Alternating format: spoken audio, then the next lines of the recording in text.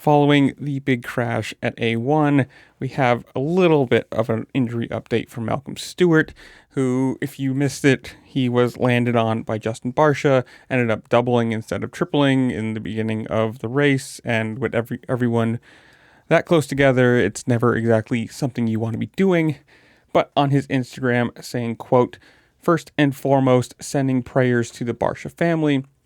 I'm gutted by how this situation unfolded and truly hope he's okay. I did sustain a shoulder injury and will update you all after further evaluation.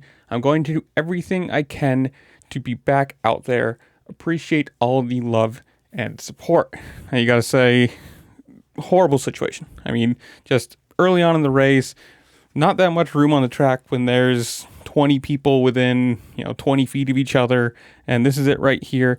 You can see he looks back, looks to his right, not his left. I mean, not that it really matters one way or the other, and gets landed on. I mean, it's just one of those things that early on with that many people in a small area, and if you double when everyone else is tripling, and you're landing on the same face where everyone else is, or I guess landing, it's never going to be good. I mean, it's not anyone's fault. I mean, you can't blame one person or the other for this. It's a pure race incident. This isn't somebody taking the other person out. It's not a, chop to the front wheel or whatever it is. It's just a situation where you can't control anything. I think if you, from the other side, the other view, you can see that I think Roxon or somebody kind of gets a little bit in front of him, so he can't triple out, and then that's what causes him to make the double instead of the triple.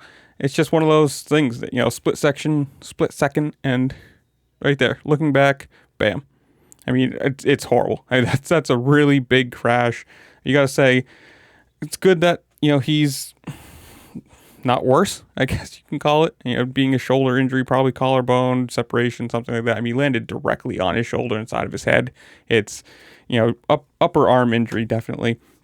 Hopefully it's not that bad.